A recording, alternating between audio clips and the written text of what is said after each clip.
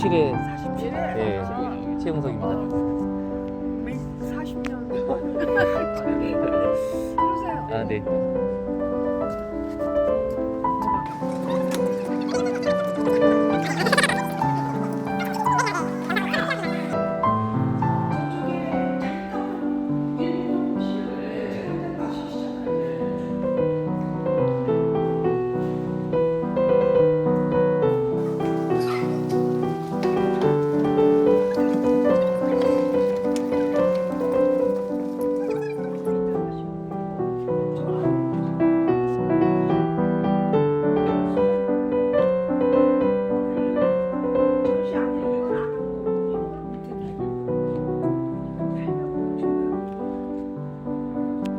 아, 굉장히 대단하시네.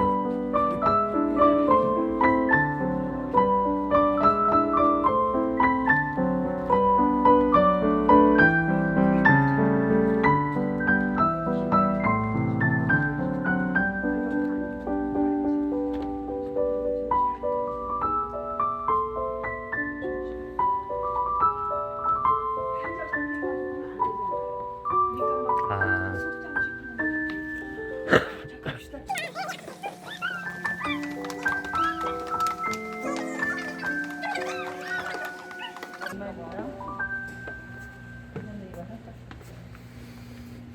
잘 마시라.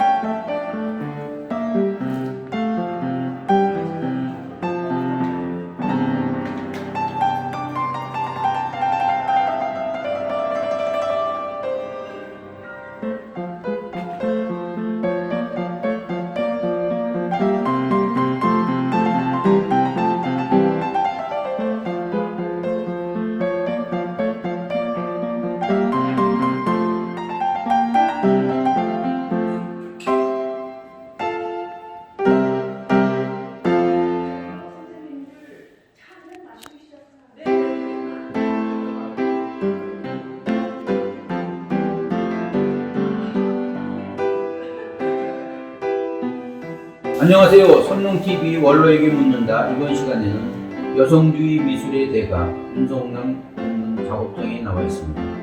윤동문은 1939년 만주 봉천에서 출생하였고 광복되기 전까지 만주에서 생활했습니다. 아버지 윤백남 씨는 소설가, 극작가, 영화감독으로서 한국 최초의 극영화 월화의 맹세를 촬영한 바 있습니다.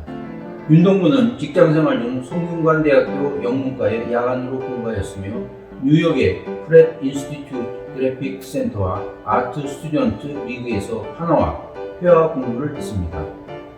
윤동문은 초등학교 3학년 때부터 화가의 꿈을 꾸었지만 경제적 궁핍으로 인해 꿈을 펼치지 못하다가 40살 전후 화가의 길에 들어서게 됩니다.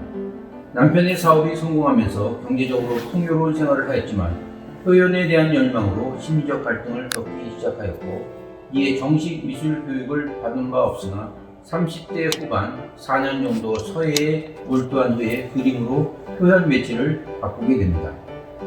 마음 가는 대로 표현하고 싶어서 스승을 따로 두지 않고 어머니를 모델로 삼아 그림을 그렸죠. 2년 정도 어머니와 주변 아주머니를 모델로 삼아 그림에 몰두했고 1982년 첫 개인전을 연 이후 많은 화가들과 교류하면서 여러 단체전에도 초대를 받았습니다. 1980년대 추상 일변도의 당대 화단에서 익숙하지 않은 그의 스타일 때문에 주목을 받게 된 것입니다. 1995년 베네치아 비엔날레 한국특별전의 설치작품 어머니 이야기로 참여했고 1996년 여성미술가 최초로 이중섭 미술가상을 수상과 1997년 국무총리상을 받았습니다. 이후 윤동무는 자연과 여성을 주제로 한 작품 활동을 꾸준히 해왔고 일본군 위안부 기념관 건립기념전, 여성미술제 등에 참여하였습니다. 오늘 시간을 내주셔서 감사합니다. 초대해 주셔서 감사합니다. 예, 이 작업장은 언제부터 만드신 건가요? 여기 이 작업장은 약 한 10여 년 전에 이사를 왔고요. 요 근처에 한 10분 정도 가면 옛날 또 한 10년 동안 있던 작업실이 있어요. 지금은 없어졌죠, 물론. 그렇습니다. 서울 4대 부중고죠? 입학하신 게. 서울 4대 부중. 중고. 네. 거기에 입학하시던 동기와 혹시 학창 시절에 기억이 나시는 거 있으시면 말씀해 주시죠. 제가 4대 부중이 어딘지 제가 뭐 아무것도 모르죠. 예. 제가 전쟁 중이었어요. 6학년 때 초등학교. 지금은 초등학교라고 그러고 그때는 국민학교라고 얘기했죠. 그렇죠. 예. 그 6학년 때 이제 중학교를 가야 되는데 어떻게 하나 걱정을 했는데 언니가 그 해방되고 나서 이 4대 부중이 특차였었어요. 아, 예. 특차고 그다음에 이제 경기여고, 경기중이, 뭐 서울중 이런 거가 이제 1차고 그리고 이제 2차가 있었는데 특차기 때문에 각 이제 국민학교에서 공부 잘하는 사람들 한 번씩 실험을 해보는 거야. 그래서 굉장히 높았어요. 뭐 20대 1막 이렇게 무시 높았는데 더군다나 이제 서울대학교 사범대학 부속고등학교잖아요. 예. 그래서 아버지가 너는 거기 가라 그러셨나 봐요. 언니한테. 근데 언니는 공부를 잘했어요. 예. 그래서 이제 입학이 그 특차로 들어간 거예요. 아, 공부를 잘하시는 네. 근데 저는 이제 저기 초등학교 때 공부에 관심이 없었거든요. 그랬는데 이제 피난을 내려갔잖아. 내려갔는데 언니가 다니니까 엄마가 언니 다니는 학교 너도 넣어봐. 그래서 넣었더니 엄마 됐어요. 그 특차로. 그러니까 우리는 그 특차라는 그 자부심이 굉장히 학교에서 이제 주입을 시켜서 그랬겠지만 경기보다 우리는 더 좋은 학교 다닌다 뭐 이런 자부심들이 알게 모르게 다 있다고요. 그렇죠. 근데 거기 된 거예요. 혹시 공부도 못했는데. 요즘 몇 년도 어쨌든. 몇 년도지? 그래서 이제 중학교 때부터 다니기 시작했죠. 그때는 보수산이라고 있었어요, 부산에. 학교가 그냥 천막이죠. 전쟁 중인 거죠? 전쟁 중이죠. 예. 전쟁 중에도 막 포탄이 날라오고 이런 건 아니었지. 예. 거기 역사가 근데 거기 학교 다녔던 기억이 상당히 좋아요. 왜냐하면 자연이잖아. 근데 이렇게 산에 올라가면은 이제 물론 천막 교실이긴 하지만 어떤 때는 이렇게 나와서 소나무 밑에서도 공부를 하고 칠판 이렇게 걸어놓고. 그럼 전쟁 끝나고는 다시 그 서울로 전쟁이 아직도 안 끝난 거 사실 휴전이잖아요. 휴전을 하고 나서 서울에 환도를 했죠. 근데 같이 이제 올라왔죠. 학교도 올라오니까 나도 올라왔죠. 네? 그때가 학교 위치가? 그때는 저기 처음에 올라와서는 제가 생각하기에는 처음에 올라와서도 을지로 육가에 있는 학교 예. 거기가 아니었나 싶은데 저는 이제 혼자서 그 성동역에 있는 그게 어디라고 옛날 학교를 혼자 찾아가 보고 그랬어요. 네. 지금 아마 학교가 거기일 거요. 지금은 이제 종암동으로 있어요. 그러니까 종암동. 예, 그쪽으로. 예. 종암동인데 주소는 이제 종암동이지만 그게 성동역 이렇게 맞은편쪽에 있었거든요. 학교가. 혹시 뭐 학교 학창 시절 때 아까 기억나는 거 좀 있으신지? 학창 시절 기억나는 게 너무 많아서 다 예. 얘기는 못하죠. 뭐 특별히 네. 하나만 더. 저는 일단 거기 어쨌든 특차로 들어갔는데 학생이 전부 60명이 안 되는 걸로 알고 있어요. 반이 하나죠. 그러니까 여자 반 하나, 남자 반 하나. 이제 병학 같이 한 반에 같이 공부를 하는 건 아니었고. 근데 이제 기억나는 거는 그러니까 우리 친구들이 이렇게 성격들이 이상하거나 그러질 않았어요. 굉장히 몸만한 친구들이 많았어요. 왜냐하면 뭐 특차로 들어오긴 했지만 다 저같이 한번 그냥 해본 거지만 공부를 굉장히 잘하고 이런 친구들은 아니었던 것 같아. 그래서 이렇게 까다롭지는 않았었어요. 친구들. 친구들과 사이가 좋았죠. 아, 예. 네, 그리고 문예반 활동을 굉장히 많이 할 수 있었고 그 당시 비록 피난 시절이었지만 문예반 활동도 하고 그랬죠. 네. 그 초등학교 3학년 때 이제 화가의 꿈을 꾸셨다고 이제 네, 말씀하셨는데 네, 고등학교 그렇죠. 때 꿈은 어떻게? 초등학교 때? 예, 초등학교 때 그게 꿈이 이제 제가 아버지가 글을 쓰시는 분이잖아요. 예, 뭐 다 아시다시피 그 당시에 글 쓰시는 분이 얼마나 가난해요. 말할 수 없이 가난하니까 서울 중심부에서는 못 살아왔어요. 그러니까 변두리에서 살았는데 그게 청량리에 전농동이라고 있어요. 예. 옛날에 글로 아버지가 이제 기와집이 그 방이 3개 있는 이런 조그만 기와집인데 글로 이사를 갔는데 저도 물론 같이 가죠. 근데 거기서 이제 학교를 들어간 거예요. 그러니까 학교를 가려면 논밭을 지나서 본교에는 학생들이 학교가 많지 않으니까 분교가 있었어요. 분교는 이렇게 교실 2개 있는 그런 데 다니고 이제 이랬는데 그때가 참 좋았던 것이 학교를 가려면 지금 생각하면 한 20-30분 걸어 가면 이제 산 중턱에 학교가 있고 또 끝나면 또 거길 걸어서 오고 그 강가를 건너가고 했던 기억이 아직도 잊어버리지 않아요. 너무 좋았던 그런 기억이. 그러니까 그래가지고 이제 강남국민학교로 3학년 때 이사를 왔는데 그러니까 전롱동에서 강남이면 완전히 끝에서 끝. 그렇죠. 여기도 이제 굉장히 한적한 동네죠. 그런데 거기 3학년 때 이제 거기가 제가 이제 학생들을 처음 만나는 거잖아요. 예. 근데 이제 얼마 안 돼가지고 선생님이 제가 생각하기에는 한 19살에 됐겠을까? 그때 선생님이. 그러겠죠. 예. 그때는 선생님이 아주 열정이 있는 분이었던 걸로 기억을 하는데 미술반이었어요. 미술 시간이죠. 반이 아니라. 미술 시간인데 그때는 크레용도 7개의 색깔밖에 없었어요. 이만한 크레용하고 도화지도 없어도 그냥 갱지 같은 거였겠죠. 거기서 이제 선생님이 굉장히 제가 생각하기엔 지금 굉장히 열정적인 선생님이었던 것 같아요. 옆에 있는 뭐 그림책을 보고 그려라 이게 아니고 한 반에 있는 아주 제일 예쁜 애가 있어요. 저 지금도 기억이 나요. 얼굴이 하얗고 머리가 까맣고 자주 세타를 입고 치마는 뭐 입은지 기억이 안 나. 걔를 딱 부르더니 걔를 교단에 앉혀놓는 거예요. 근데 너희들 이거 실제로 그려라 그러는 거죠. 근데 3학년짜리가 해본 적이 없잖아 다들. 그죠? 그거 그려지겠어요? 실제 사람을 보고 그리려니까. 저는 그렸어요. 그때 그리면서 느낌이 어머 내가 그림 그리는 거 굉장히 좋아하는구나. 내 그림이 최고다 이런 생각을 했어요. 그런데 선생님이 칭찬한 게 아니라 그 기억을 안 잊어버리는 거예요.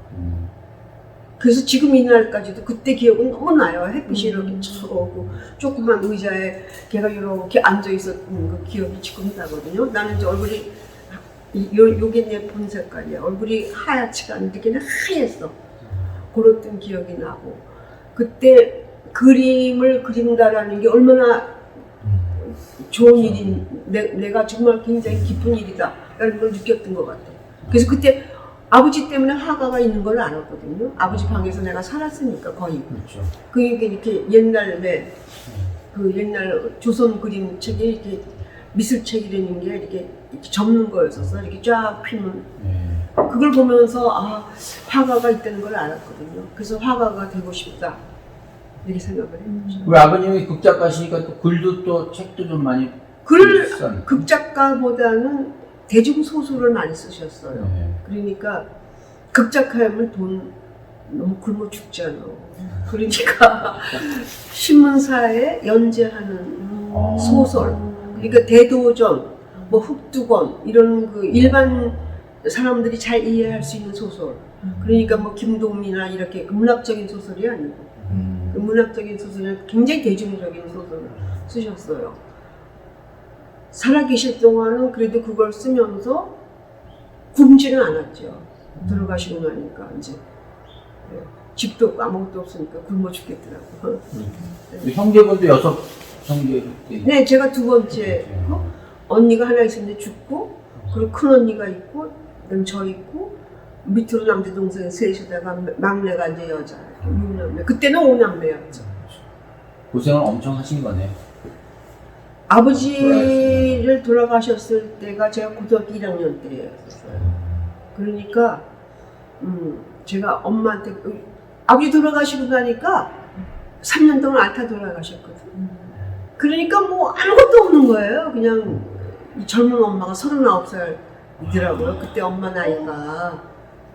근데 저는 이제 물론 엄마지만 그래서 엄마가 고생하는 걸 알죠. 그래서 이제 길거리를 빵 나가라 이제 이거죠. 집세도 못 내니까. 그래서 이제 이 양반이 시골에 있는 그 조카 하나 데리고 집을 지셨다. 흑벽돌 찍어가지고. 내가 거기 현장까지 갔었어. 빵 금호동. 아니 그때는 금호동에 그때가 박정희 때는 아니죠. 그때가 무슨 시절인지 몰라. 하여튼 금호동이라는 무언가로 진 거겠죠. 아니 무허가 아니라 금호동에 그 도시에서 살던 사람들을 이주시키는 그 저기 청계천변 이런 사람들을 이주시키려고 거기다 그냥 땅을 줬어. 30평씩, 30평씩. 그러니까 어머니가 그 소식을 알고 아버지 이름으로 해가지고 아버지 명성을 지었잖아. 그러니까 30평을 받으셨나 봐요. 그래서 거기서 흑벽돌을 찍어 방 2개, 부엌 이런 걸 지셨다니까. 39살짜리가. 어머님께서 네? 어머님께서 친정어머니. 그러니까 직접 이거 집을 지으셨다는 거예요. 조카 하나 데리고 남자 조카. 남자 조카가 더 나이가 많지 엄마보다.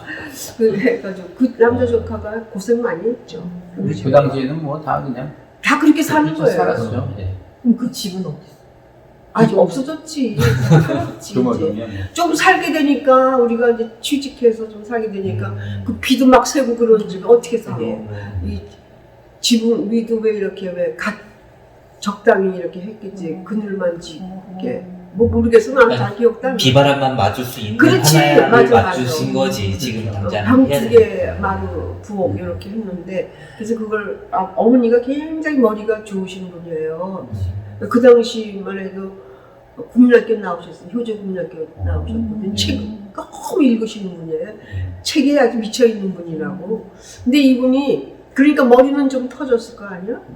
그래서 거기다가 어떻게 해가지고 나중에 제대로 된 집도 지시고 그러셔서 그 조카되니까. 그래서 어머니는 이 세상에 제일 존경하죠. 지금도 어머니를 가장 그리워하시고. 그렇죠. 그림을 그래서 첫 모델을 번째 많이 개인전이 2년 만에 했다고 그랬잖아요. 예. 개인전 주제가 전시장 제목 자체가 어머니였어요. 그때는 전시장에다가 제목을 붙이는 사람이 없었어. 나는 붙여야 돼. 그러고 붙였어. 네. 그렇게 해서 이제 자연스럽게 뭐 여성주의 미술인가요? 그러니까 이제 이게 어머니를 남자는 그려본 적이 없어. 미안하지만. 네, 그래서 어머니 얘기를 하고 그 어머니 얘기를 10년 후에 또 다시 한번 하고 그때는 이제 설치 미술을 가지고 했죠. 그 처음에는 이제 유화를 했다가 유화를 다 버리고 설치 미술을 할 때 어머니를 가지고 했죠. 그러니까 두 번에 걸쳐서 이건 두 번째 10년 후에 한 거는 어머니의 눈이라는 제목을 가지고 했고 첫 번째는 어머니 라는 제목을 가지고 전시를 했기 때문에 이게 여성의 삶, 한국에서 그러니까 조선이죠. 그땐 조선이라고 했어요. 한국에서 여성의 삶에 대한 관심만 있는 거예요. 내가 여자잖아. 그럼 나는 여자로 태어났기 때문에 고등학교만 졸업하고 취직을 했잖아요. 동생들 공부시키려고. 이런 게 내 머릿속에 꽉 차 있는 거야. 그러면 여성은 뭐지? 이라는 생각을 안 했겠어요? 그게 그림으로 나오니까 자연히 어머니 얘기, 뭐 내 얘기만 할 수밖에 없죠. 내가 모르는 남성들 얘기는 난 감히 그릴 생각도 못. 한 번도 그려본 적이 없는데 요새 며칠 전부터 조금 하나 그릴 일이 있어서 책 때문에. 그럼 어머니는 언제 돌아가신 건가요? 어머니는 나는 10여 년 전에 돌아갔어요. 그러니까 95살 때까지 오래 사셨으니까 오래 사신 거죠. 제가 몇 살 때 돌아가셨나? 한 2, 3, 5년 정도 된다고 치면 60, 제가 60대 중반 후에 돌아가셨어요. 여기 있잖아요, 사진이. 네. 근데 어머니가 또 우리 윤 선배님 참 훌륭하게 되신 걸 보고 하시겠군요. 우리 어머니가 솔직히 얘기하면 제가 돈을 벌어가지고 한 8년 동안 한국전력에 취직해 있었어요. 한국전력의 사무원이죠. 사무원이 취직해 있으니까 그 월급 가지고 애들 공부시키고 그랬으니까 남편이나 마찬가지죠. 제가. 그러니까 저를 굉장히 믿고 의지하고 그러셨어요. 어머니 얘기 언니도 물론 되게 근데 언니도 물론 언니도 이제 이화대학교 다니다가 영문과 다니다가 취직하고 그래서 언니하고 저하고 둘이 동생들 공부시키고 그런 거죠. 전통적인 한국 방식이지. 그러네요, 진짜.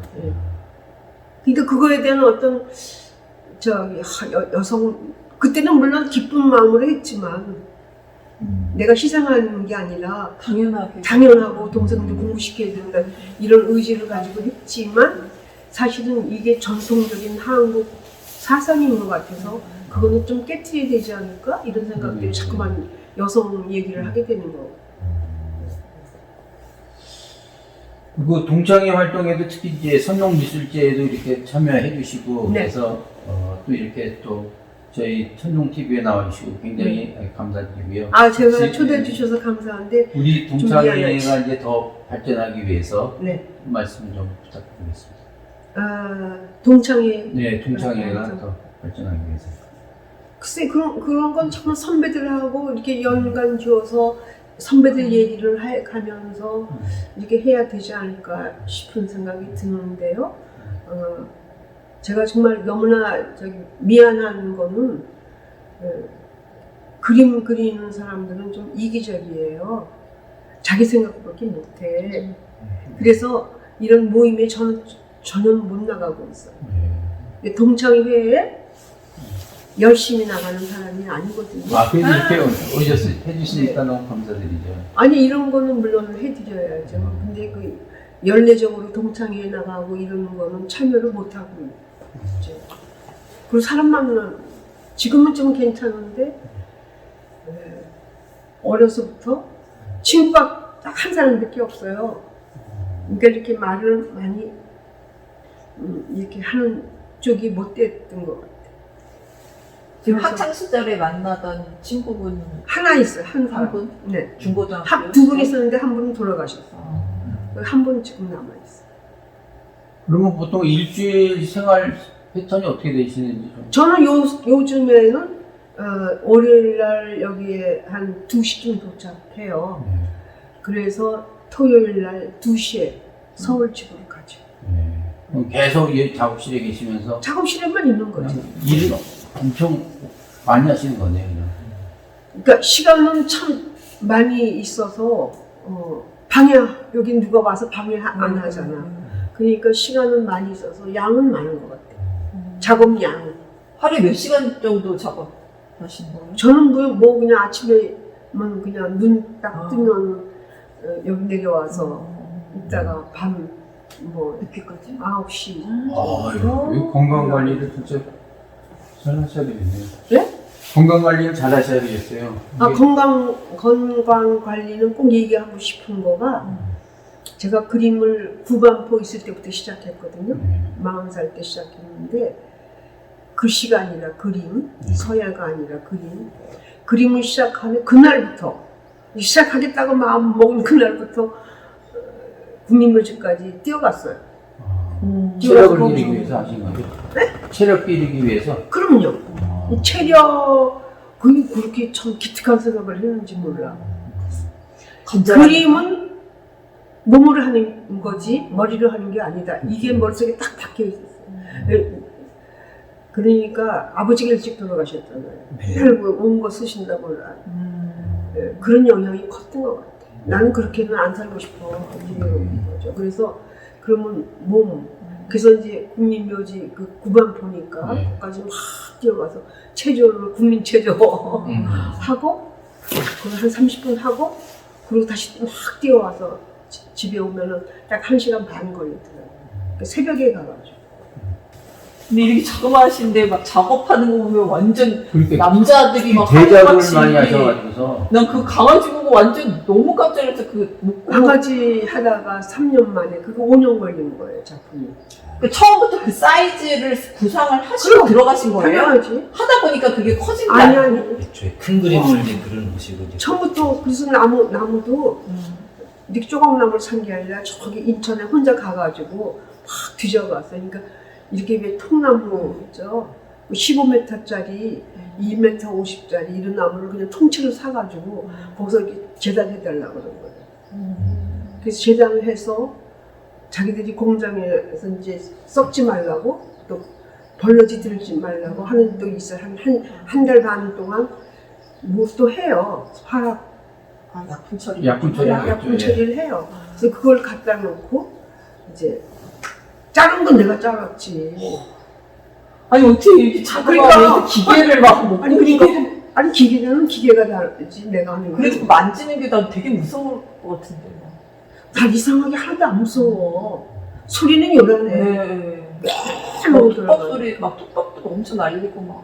여기 마스크 쓰고 있지. 근데 사람들이 그거 놀래는데 나는 그게 너무 이상해. 왜 놀래죠? 그냥 저기 도마에다 놓고 왜 파 자르는 거나 마찬가지잖아요. 도마에 놓고 파 자르는 것도 힘들잖아. 저건 뭐 내가 하는 게 아니라 기계가 하는 게. 드는 건 물론 힘들죠. 맞아. 이렇게 활동하시면서 너무 스트레스 받았다거나 어떤 역경이라든가 이런 거는 없으셨나요? 포기하고 싶은 거 스트레스를 안 받았다 이렇게 얘기하면 정말 거짓말이에요. 그러니까 내가 그림 시작한 날을 아주 정확하게 기억해요. 그게 79년도 4월 25일이야. 그걸 정확하게 기억하는 이유는 이제부터 절대 그림 그려야 되겠다. 이제 그럴 계기가 있었어요. 아무튼. 그래서 월급 생활비 주잖아. 나는 생활비 주면 그냥 많다 적다도 알고 그냥 한 달 동안 쓰고 다 없어져. 그러는 돈이야. 근데 생활비 주는 그 달은 그걸 가서 목욕 재료를 사. 화구를 샀어요. 그 방이 마침 조금 여유가 있는 아파트로 이사를 갔어요. 그래서 방 하나를 내 방이야. 라고 그 8조 방. 난 몰라. 이건 잘못. 하여튼 다다미로 한 8조 방 정도 되는 방을 내 방이라고 딱 제일 끄트머리 방이야. 진원이 아빠한테 나 그림 이제부터 그리는데 이건 내 방이다. 누가 뭐래? 알아서 해야지. 그래가지고 거기다 놓고 이제 그림을 시작했는데 유화죠. 이제 뭔가 모델이 있어야 될 거 아니야. 날 그리고 싶은데 나는 정말 윤석남은 말할 게 하나도 없는 여자야. 그러니까 내가 이 세상에서 가장 존경하는 여자는 누구겠어요? 우리 친정어머니. 궁금한 게 있는데 네. 이제 저희 나이 때는 이제 애들 이제 진로 관련된 게 굉장히 많이 고민이 되잖아요. 네? 진로. 진로. 애들 저희야 이제 있지만 저의 아들도 그렇고 아니면 현재 고등학교 다니는 애들 중에 이렇게 화가나 그림에 관련돼서 하고 싶은 사람들한테 혹시 조언을 한다거나 나는 이게 세상 물정 잘 몰라서 하는 소리일 것 같아요. 이게 세상 물정 알면 이런 얘기 편안하게 할 수는 없는데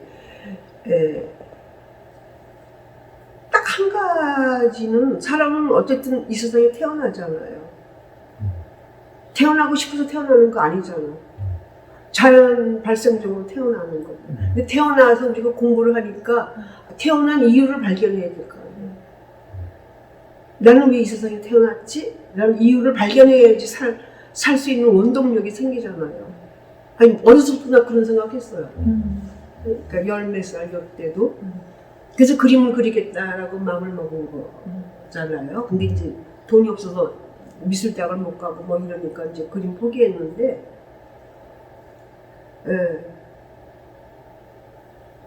지금은 그때하고 굉장히 환경이 달라져가지고 이렇게 이상적인 얘기를 해가지고 그게 먹혀들겠어요? 네가 태어난 이유를 네 자신이 발견해. 그래서 네가 알아서 공부하든지 말든지 네가 알아서 해. 이런 말을 하면 지금 아이들이 그게 먹혀들겠어? 안 먹혀들겠죠. 그래서 이게 사실 60, 70년 전의 얘기에 불과한데 어려서부터 아버지는 그러셨어요. 네가 꼭 너가 하고 싶은 거 해라. 아버지는 항상 그게 입에 붙어 있었어요. 근데 그걸 아버지 방에서 사는 게 나밖에 없어. 나는 아버지 방에서 막 거의 살다시피 했어. 왜냐면 아버지가 책을 쓰시니까, 책 좋아하니까. 근데 정말 한문이 막 들어가. 책은 뿐이지만. 어쨌든. 그래서 나는 지금도 후배들한테 얘기하고 싶은 게 애를 키울 적에 꼭 눈앞에 이것만 안 보면 좋겠다 이런 생각을 하죠. 그 언니 공부 너무 잘했고 동생은 뭐 경기에서도 막 이렇게 서울 공대 나오고 이러는지 나만 공부를 둘 다 셋이 다 좋은 대학 나오고 다 교수들하고 그래요. 막내 여자 동생도 대학 나오고 나만 대학을 못 나왔죠. 근데 제일 공부를 안 한 사람이에요. 근데 그러니까 할 말은 없어 자식한테. 근데 그래도 내가 하고 싶은 얘기는 너무 애들한테 억압시키지 않았으면 좋겠다. 후배 그러니까 학교도 정말 동창회도 거의 안 나가고 이러면서 이렇게 뻔뻔스럽게 얘기를 하는 것 자체가 좀 아니 정말 아니 진짜 근데 진심이 그래요. 그렇긴 하지만 그래도 이만큼 이제 도움이 되면 다행이죠. 큰 도움 됐습니다. 저희가 동문으로 엮여서 저희 자부심을 맞아요. 그것만으로도 충분한. 오늘 하신 여러 말씀들을 저희가 이제 듣다 보면 저희 선배님이 이런 가치관으로 살아가고 계시구나라는 부분을 저희도 뭐 또 느낄 수 동창회 있고. 활동하기 전에는 신문에서만 보고 맞아요. 이렇게 훌륭한 분이랑 어떻게 인터뷰할 수 있을까 그런 생각도 했었어요 사실은. 그런데 뭐 저기 이렇게 아주 언제든지 자연스럽게 불러주면 잘해주시고 달려가지. 나 진짜 오늘 연예인 만나는 좀 기분? 저 진짜 윤성란 선배님이라는 분을 제가 몰랐잖아요. 모르죠. 그랬는데 처음 봤죠. TV에서 그때 한혜진이 찾아와서 네네네. 인터뷰했었죠. 근데 그거 보고 우리 선배님인데 그러고서는 뭐 좀 되게 신기한 거예요. 그리고 네. 그걸 직접 현장에 와서 그 TV에 나왔던 걸 이제 좀 보니까 너무 막 그렇죠. 막 그래? 소름 끼치고 뭐 되게 신기한 기분이 막 좀 들고요. 그렇구나. 그래요. 뭐 동창회 활동은 좀 바쁘시고 하니까 못 하시지만 또 이렇게 존재만으로도 우리한테 되게 그렇죠. 자부심을 그렇죠. 주시는 것만 해도 너무 그럼요. 네. 가고 좋습니다. 동창회 지선이 아빠한테 맨날 당신 돈은 좀 잘 내. 잘 말씀을. 그게 제일 중요한 거잖아. 그것도 중요하죠. 돈 좀 많이 내. 막 네. 그러고 그러지. 아니 근데 우리 회관에 그 저기 예술 하시는 뭐 그림 하시거나 목공 하시는 선배님들의 뭐 작품이 곳곳에 배치가 돼 있어요. 어디? 그 동창 회관에. 공장에 그러고 보니까 우리 선배님 그림 작품이 없다는 게 너무 이게 왜 없지? 보완하시기 좀 힘드신 거 있으시죠? 아니 그게 아니라 이희권 화백님 작품도 아주 크게 제일 좋은 곳에 일년 전시가 돼 선배다. 있는. 예. 돼 있고 뭐 동명애님 그 음. 목공 작품도 돼 있고 한데 계단마다 한번 생각해 주시면 네, 그럼요. 네, 음. 감사하겠습니다. 아, 그럼. 네. 사진을 좀 찍어서 보여주면 좋을 텐데. 그러니까. 아, 그럼. 아니, 당연히. 네. 이걸 내가 죽은 다음에 이거 다 뭐, 네. 그걸 왜 안 해. 그럼 좋. 아무 때라도 얘기해줘요. 네, 네, 그러면 네. 와서 골라가면 되지. 오늘 되게 오늘 말씀드려도 대단해 주세요. 아니, 그냥. 지금 하신 얘기는 저희 동문들이 유튜브로 다 보실 아니, 거예요. 아니, 저는 거짓말을 못해. 아, 네. 와, 잘 할 수 있는 거는 가능하면 거짓말을 안 하는 방향으로 살자 이건데 사람이 거짓말 안 하고 살 수는 없지. 매일 수없이 많이 하죠. 네. 근데 작품은 진짜 와서 네. 이게 좀 어떠실까요? 그렇게 얘기를 해주면 뭐 이렇게 서로 이렇게 교환을 하면 되는 거고 네. 단지 이제 걱정되는 거는 작품이 이렇게 보존하기가 조금 힘든 좀 그렇죠. 있어. 그런 건 있죠. 그게 조각이 이렇게 딱 서 있는 조각들이 아니고 아. 벽에 이렇게 붙어 있는다든가 뭐 이런 조각 작품이고 요새는 또 다 조각이 아니라 저는 그림이잖아. 네. 예. 그러니까 얼마든지 그거는 내가 드릴 수 있죠. 아니 그 3년 동안 6년 동안 공부한 학교인데. 아니 그러니까 다른 선배님들 작품들이 있는데 선배님께 없다 한 그러니까. 번도 이런 요청을 들어본 적도 없고 감히 할 그래서 수가 없죠. 그런 게 있는지도 보게 몰라. 되니까. 내가 안 나가니까. 네. 내가 정말 미안한데 동창회 안 나가요. 왜냐면 며칠 동안 잠도 막 못 자고 그래. 그러니까 동기분들은 이렇게 뭐 동기 모임들 같은 거 구혜 선배님들도 아, 연말에 동기 모임. 송년회도 하시고 컴퓨터도 동기 모임은- 배우시더라고요. 이제 저기 몇 달에 한 번씩 만나는 아. 몇 명이 모이는 게 있었는데 그것도 요새는 안 해. 그렇죠. 네. 그렇게 코로나도 하는데. 있고 또 연세도 계시고 그러니까. 네, 저 해외에서도 좀 뭐 관심 있고 그러지 않으세요? 해외에서 전시 많이 했죠. 그러니까 그리고 이제 거기 올 9월인가? 미술평론가들이 좀 뭐. 올 9월에 샌프란시스코에서 전시 있고 그거는 개인전 하기로 했었는데 무슨 일 때문에 올 상이- 9월에 샌프란시스코에서 네, 네. 하셨다고요? 그리고 뭐 뉴욕서는 많이 했지. 그러니까 이게 뭐 완전 했어요. 했는데 요새는 조금 이제 젊은 사람으로 내려가서 외국에서 전시하는데 젊은 작가들로 요새는 이제 나이 많은 작가는 별로 이제 그렇더라고. 그 에이전시 같은 게 뭔가 관리해 주시고 뭐 그런 외국에서 전시할 때 에이전시는 아니지만 에이전시라고 말할 수는 없지만 학고제 소속이죠. 거기. 학고제 그래서 거기서 소속 연시하신 사인하고. 거구나. 네, 그럼요. 거기서 항상 하고 작품도 거기서 팔아주고 내가 솔직히 얘기하면 작품을 요만한 거 하나라도 절대 안 팔아. 거기 소속돼 있기 때문에 그런 게 또 있어요. 룰 이렇게 사인해가지고. 선배님 조각도 하시고 그림도 그리고 두 개를 다 하시는 거예요. 그러니까 조각이라고 이제 얘기를 안 할 수가 없잖아요. 입체니까. 근데 조각 공부를 해본 적이 없어서 그냥 내 나름대로 하는 거지. 진짜 힘들 것 같아요. 옛날식의 조각은 안 해야죠. 그건 못해요. 옛날 그 왜 점토 가지고 이렇게 하는 거. 그 배워본 적도 없고 뭐 하고 싶지도 않고. 주로 나무로 이렇게 하시는 거예요? 네, 나무. 그게 나무가 쉬우니까 그 길에서 치면 주워다가 했잖아. 하기가 쉬우니까요, 나무가. 위에다 그림만 그리면 되니까. 이 남자분이시네? 저는 아버지. 아버님을 그리신 거구나. 아버님을 내가 그린 거가 아니라 동생이 그린 거. 동생분도? 여기 이분이죠. 하여튼 오랫동안 이렇게 또 진솔한 얘기를 통해서 우리가 잘 들어보지 못했고 또 그런 것들을 참 말씀해 주셔서 너무 감사드립니다. 그림을 그리게 돼서 정말 저는 정말 내가 정말 좋은 일도 안 했는데 이렇게 운이 좋구나 이런 생각을 해요. 너무 또 행복해 보이시고 정말요. 우리 후배들로서는 정말 자랑스럽고 그렇습니다. 자랑스러우면 부끄러운지 아닌지 그거는 사실 잘 모르겠지만 뭐 저기 부끄러운 사람은 되지 말아야 된다라는 생각은 드는데 사람이 부끄럽지 않게 살 수는 없어요.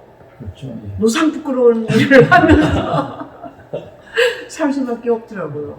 그걸 인식만 하면 된다고 생각해요. 하여튼 뭐 100세 이후까지라도 건강이 허락하시는 건강이 허락하면 붓은 들고 네. 있을 것 같아요. 저희들이 우리 선배님 건강하시도록 응원 많이 감사합니다. 드리고요. 오늘 너무 감사드렸습니다. 감사합니다. 좋은 말씀 감사합니다.